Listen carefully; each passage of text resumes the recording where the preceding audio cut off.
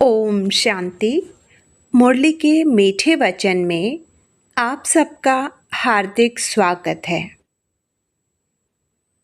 बाबा आज एक बहुत गहरी बात समझा रहे हैं। हम इतने वर्षों तक सुने सुनाई बातों पर चलते रहे, लेकिन अब स्वयं परमपिता शिव बाबा हमें डायरेक्ट ज्ञान देकर अपने समान नॉलेजफुल बना रहे हैं।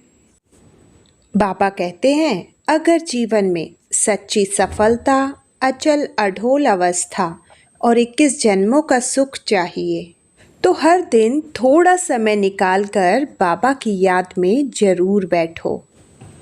तो आइए जानते हैं आज की अमूल्य मुरली का मुख्य संदेश। लेकिन उससे पहले मन को शांत करके, बाबा को याद करके कमेंट में ओम शांति जरूर लिखिएगा। 21 जुलाई 2026 की प्रातः मुरली। मीठे बच्चे, अभी तक तुम सुनी सुनाई बातों पर चलते आए।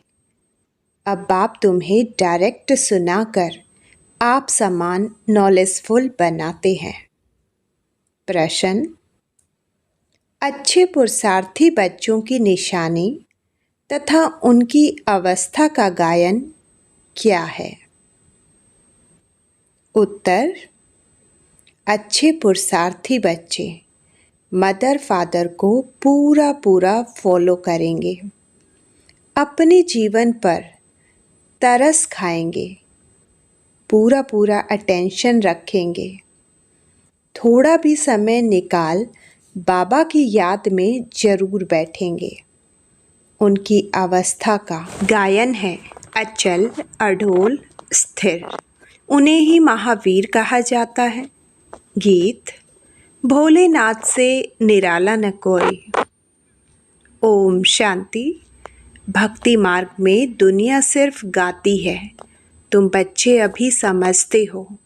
भक्ति मार्ग में हम भी गाते थे, अब वही भोलानाथ सम्मुख है। भोलानाथ अक्षर भक्ति मार्ग का है, ज्ञान मार्ग का अक्षर है शिव बाबा। तुम समझते हो, अनादि बने बनाए ड्रामा प्लान अनुसार अब संगम युग पर बाप को आकर हमसे यह पुरुषार्थ कराना ही है। कल्प कल्प पुरुषार्थ कराते आए हैं। कितना समय तुम बच्चों ने भक्ति की है, यह भी सिद्ध कर बतलाते हैं। जिन्होंने पहले भक्ति शुरू की है वही आकर ज्ञान लेंगे और फिर सूर्यवंशी बनेंगे। सतयुग में सिर्फ एक लक्ष्मी नारायण तो नहीं आते, उनकी डिनाइसिटी भी है ना। उसको कहा जाता है दैवी वर्ण। भारत में दैवी वर्ण था, अब आसुरी वर्ण है। यह है संगम। अब आसुरी से दैवी वर्ण में जाना है। बरोबर यह महाभारत लड़ाई भी वही है जो गाई हुई है, सिर्फ नाम शिव के बदले श्री कृष्ण का डाल दिया है। एक गीता अखंड हुई तो सब शास्त्र खंडन हो जाते हैं। मूल बात गीता की है। गीता पाठशालाएं व गीता भवन कितने हैं? गीता ज्ञान सुनने की पाठशाला, खुद सुनाने वाला है नहीं। जो होकर जाते हैं वह फिर गायन चलता है। बच्चों को तो रोज़ बाप बहुत प्यार से समझाते हैं। बच्चे जानते हैं बाबा प्यार का सागर है, सबको प्यार से सिखलाते हैं। बाबा कभी गुस्सा नहीं करते, सदैव प्यार से समझ जाते हैं। बच्चे, तुम सतो प्रधान थे, फिर पुनर्जन्म लेते आए हो। तुम भारतवासी ही असुल देवी देवता धर्म के हो, यह भी बतलाते हैं।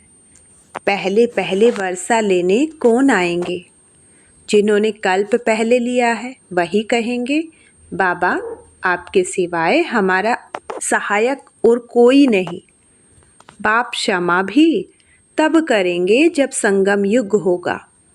यह तो बच्चे जानते हैं कि रावण राज्य और राम राज्य यहाँ ही होता है। रावण राज्य है तब तो राम राज्य चाहते हैं। तुम जब शिव बाबा कहते हो तो बुद्धि निराकार तरफ ही जाती है। निराकार ही याद आता है। आत्मा ही बाप को पुकारती है। ऐसे भी नहीं कि परमात्मा कोई बैठ सुनते हैं। बाप समझाते हैं ड्रामा प्लान अनुसार, पतितों को पावन बनाने के लिए तो मैं शरीर में आता हूँ। ऐसे नहीं कि पुकार सुनकर आता हूँ। भक्ति जब पूरी होती है तब मुझे आना ही है। यह समझने की बातें हैं। वह समय आता है, बच्चे पुकारने लगते हैं। यह तो कहाँ लिखा हुआ नहीं है कि कब आएंगे। उन्होंने कल्प की आयु रोंग लिख दी है। यह चित्र घर घर में होने चाहिए, जो रोज़ देखे और याद करे कि यह बाबा, यह दादा, यह वर्षा। बाप कहते हैं, बच्चे सतो प्रधान बनने के लिए मुझे याद करो तो खाद निकल जाएगी। यह युक्ति बाप ही समझाते हैं। यह बाप भी कहते हैं, मैं भी पुरुषार्थ करता हूँ। बच्चे एक दो को सावधान कर उन्नति को पाना है। यह चित्रों की समझानी बहुत अच्छी है। शिव बाबा ब्रह्मा द्वारा स्थापना कर रहे हैं। सामने महाभारी महाभारत लड़ाई खड़ी है। इतने अनेक धर्म विनाश होंगे, उसके लिए लड़ाई जरूर चाहिए। यह बातें बच्चों को भूलनी नहीं चाहिए। बरोबर अब कलयुग घोर अंधियारा है। कितने ढेर मनुष्य हैं, जरूर विनाश होना है। सतयुग में एक धर्म होगा, जरूर 84 जन्म का चक्र भी उन्होंने ही लगाया है। यह तो सहज है। बाकी इतने सब धर्मों का जरूर विनाश होगा, फिर एक धर्म की स्थापना बरोबर हो रही है। सर्व का सद्गति दाता बाप है। बाप से ही बच्चों को वर्षा मिलता है। बच्चे जानते हैं, हम जो यह पढ़ाई पढ़ते हैं वह भविष्य 21 जन्मों के लिए पढ़ते हैं। भगवानुवाच, मैं तुमको पढ़ाकर 21 जन्मों के लिए स्वर्ग का मालिक बनाता हूँ। सूर्यवंशी चंद्रवंशी घराने की बरोबर स्थापना होती है। जो जितना पुरुषार्थ करेगा उतना ऊंच पद पाएगा। तो शिव बाबा कहते हैं, इन मदर फादर को फॉलो करो। इन्हों को सूक्ष्म वतन वैकुंठ में भी देखते हो, अपने को भी देखते हो। हम भी महाराजा महारानी बनते हैं। वैकुंठ का भी साक्षात्कार होता है। मानते भी हैं बरोबर भारत वैकुंठ था। श्री कृष्णपुरी थी, आज कंसपुरी है, कल कृष्णपुरी होगी। रात बदल दिन होना है। यह है आधा कल्प बेहद का दिन और आधा कल्प बेहद की रात। अंधियारे में ठोकरें ही खाते रहते हैं। ब्रह्मा की रात सो ब्राह्मणों की रात। फिर तुम ब्राह्मण से देवता बनते हो। सतयुग में ब्राह्मण होते नहीं, देवता होते हैं। यह भी बच्चे जानते हैं। भारत पवित्र राजस्थान था, फिर अपवित्र राजस्थान बना है। भारत सदैव राजस्थान रहा है। रजाई चलती आती है और धर्म वालों की शुरू से ही रजाई नहीं चलती है। भगवान ही रजाई स्थापन करते हैं। भगवान ही आकर राजयोग सिखलाते हैं। वह है निराकार ज्ञान का सागर, सुख का सागर। तुम जानते हो, बाबा से हमको वर्षा मिल रहा है। जरूर हमारे पुरुषार्थ की देरी है। जितना जो पुरुषार्थ करेंगे, जितना रास्ता बताएंगे, बाप कहते हैं, मुझ बाप को याद करो तो तुम पतित से पावन बन पावन दुनिया के मालिक बन जाएंगे। कितना सहज है। लौकिक माँ बाप ज्ञान में अगर हैं तो बच्चों को भी आप समान बनाना पड़े। माँ बाप सच्ची कमाई करते हैं तो बच्चों को सच्ची कमाई करानी चाहिए। कोई कोई बच्चे अच्छे होते हैं, कहते हैं हम रूहानी पढ़ाई पढ़कर घर घर में यह पैगाम देते रहेंगे। बाप भी कहते हैं कि पैगंबर और मैसेंजर मैं हूँ। तुमको मैसेज देता हूँ कि घर चलो और धर्म स्थापक तो सिर्फ आकर अपना अपना धर्म स्थापन करते हैं। मैं सबको मैसेज देता हूँ कि अब वापस चलना है। यह दुनिया अब रहने के लायक नहीं है। मुझे याद करो तो पावन बन जाएंगे। तुम पावन थे, फिर रावण ने पतित बनाया है। मैं फिर पावन बनाने आया हूँ। थोड़े समय में ही यह बॉम्ब्स आदि चलेंगे तो समझेंगे यह वही महाभारत लड़ाई है। तो जरूर भगवान भी होगा, परंतु वह समझते हैं गीता का भगवान श्री कृष्ण है। कितनी मुंझ है। मुंझे नहीं होते तो भगवान को आने की क्या दरकार। भक्ति मार्ग को भुलैया का खेल कहा जाता है। अब बाप कहते हैं मुझे याद करने से सब भूलें खत्म हो जाएंगी। आगे अपने को देह समझते थे, अब अपने को देही समझते हो। यह सावधानी बाप ही देते हैं कि बच्चों देही अभिमानी बनो। यहाँ तुम बाप के सम्मुख बैठे हो, वहाँ सेंटर्स पर बच्चियाँ बैठ समझाएंगी कि शिव बाबा ऐसे कहते हैं। यहाँ तो डायरेक्ट बाप कहते हैं। मैं आत्माओं से बैठ बात करता हूँ। तुम बच्चे जानते हो बाबा इन द्वारा हमको समझा रहे हैं। यह बड़ा कल्याणकारी मेला है। बाप कहते हैं निरंतर मुझे याद करो। बाप और स्वर्ग को याद करना है। कोई भी विकर्म नहीं करना है। अगर विकर्म करेंगे तो 100 गुना बन जाएगा। विकर्म कराने वाली है माया, उस पर जीत पानी है। इसलिए हनुमान महावीर की कथा है। तुम हनुमान महावीर हो ना। हम तो बाबा के बन गए, माया से हार नहीं सकते। तो बाबा को याद करते करते सतो प्रधान विकर्मा जीत बन जाएंगे। नहीं बनेंगे तो अपना पद भ्रष्ट करेंगे। पुरुषार्थी बच्चे जो होते हैं वह अपने जीवन पर तरस खाते हैं। कुछ भी हो जाए याद की यात्रा में रहेंगे। अचल अढोल स्थिर रहेंगे। विनाश तो होना ही है। सबके काका चाचा गुरु गोसाई आदि सब खत्म हो जाते हैं। सतगुरु कहते हैं मैं तुमको साथ ले जाने वाला हूँ। मनुष्य तो बिल्कुल अंधियारे में है। तुम जानते हो शिव बाबा हमको साथ ले जाएंगे। कहते हैं ना काल खा गया, परंतु मैं तो तुमको शांति धाम में ले जाता हूँ। आत्मा शरीर छोड़ चली जाती है, काल नहीं ले जाते हैं। आत्मा को निकलना होता है। अब तो मैं खुद आया हूँ तुमको वापस ले जाने। बाबा कोई मारने आया है क्या? नहीं, तुमको पुराना शरीर छोड़ना है। आत्मा तमो प्रधान से सतो प्रधान होनी है। अब 5 तत्व भी तमो प्रधान है, इसलिए शरीर भी ऐसे बनते हैं। वहाँ सतो प्रधान तत्वों से तुम्हारे शरीर भी गोरे बनेंगे। बाप कहते हैं मैं फिर से सतयुगी आदि सनातन देवी देवता धर्म स्थापन करता हूँ। तुमने ही 84 जन्म भोगे हैं। तुम अपने धर्म को भूल गए हो और कोई अपने धर्म को भूले नहीं है। तुम अभी जानते हो हम असल में देवी देवता धर्म वाले इतने ऊंच से फिर नीच कैसे बने हैं। बाप बैठ कल्प कल्प तुमको ही समझाते हैं। तुम फिर औरों को समझाते रहेंगे। अब 84 का चक्र पूरा होता है। विनाश सामने खड़ा है। स्वर्ग का मालिक बनने के लिए अपने को लायक बनाना है। वह बनना है याद से। सुबह को उठ बाबा को याद करो। बाबा वंडर हैं। आप कैसे आते हो, कैसे आप सम्मुख बात कर रहे हो। वह है सुनी सुनाई भक्ति मार्ग की बातें। अब तो हम आत्माओं को आप बाप मिले हो।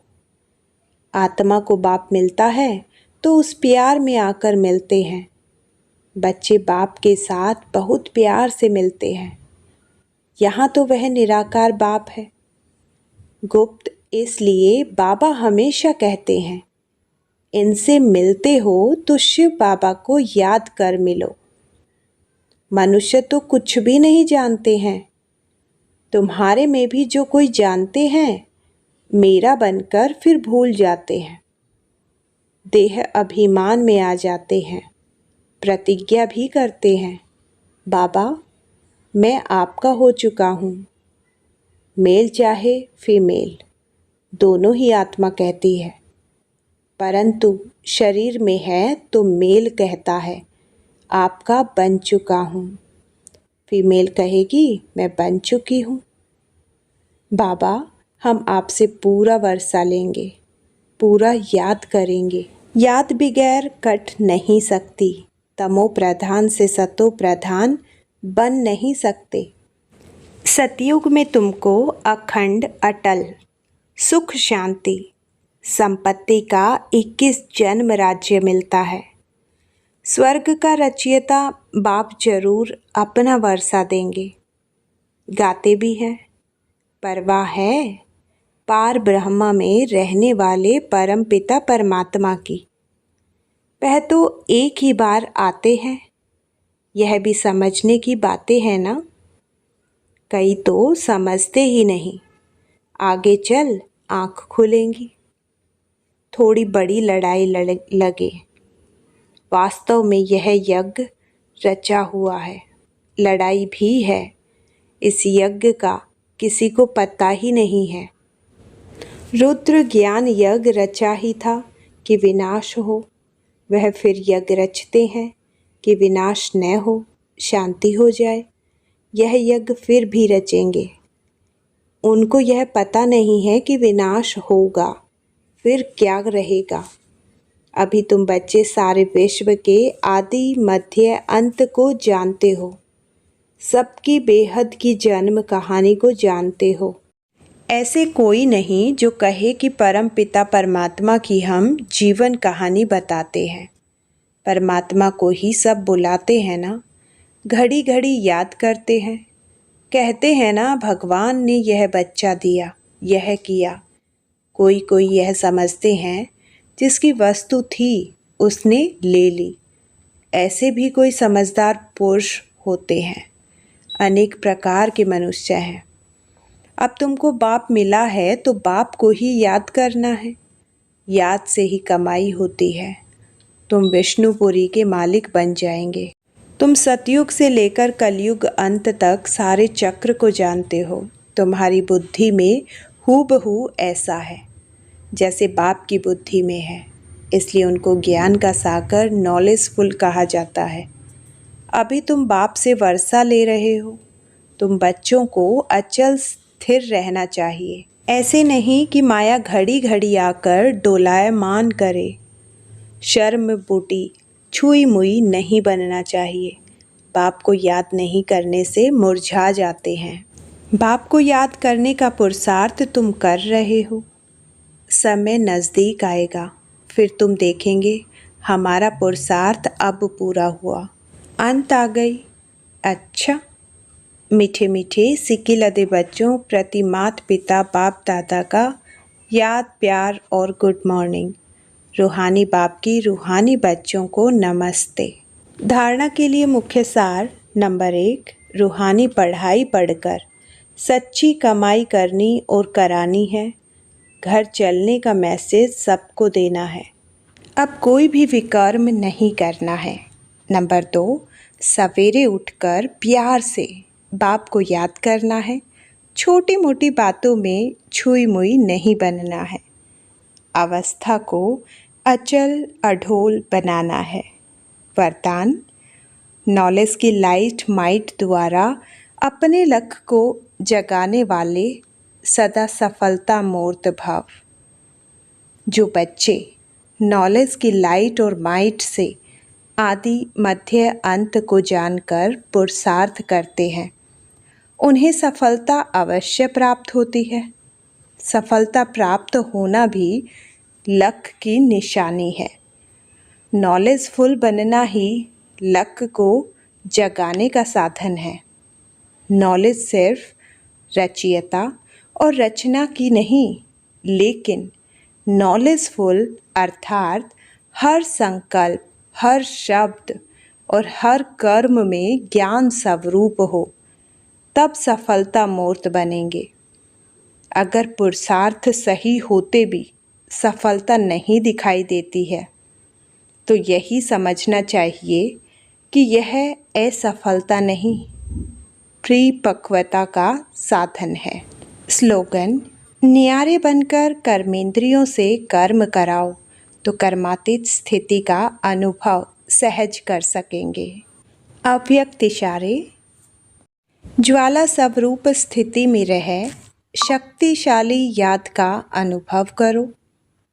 जब योग में बैठते हो तो समाने की शक्ति सेकंड में यूज़ करो। सेवा के संकल्प भी समा जाएं। इतनी शक्ति हो जो स्टॉप कहा और स्टॉप हो जाए। फुल ब्रेक लगे, ढीली ब्रेक नहीं। अगर 1 सेकंड के बजाय ज़्यादा समय लग जाता है तो समाने की शक्ति कमज़ोर कहेंगे। तो बच्चों, आज की मुरली हमें यही प्रेरणा देती है कि हर दिन थोड़ा समय बाबा की याद में अवश्य बिताएं, अपनी अवस्था को अचल और स्थिर बनाएं और श्रीमत पर चलते हुए अपने जीवन को सफल बनाएं। अगर बाबा की आज की मुरली से आपको लगता है कि आपने कुछ सीखा है, आपकी लाइफ में कुछ चेंज हुआ है, तो वीडियो को लाइक कीजिएगा और चैनल को सब्सक्राइब कीजिएगा। अगर आप चाहते हो बाबा की अमूल्य मुरली सुनना, और कमेंट में लिखिएगा ओम शांति।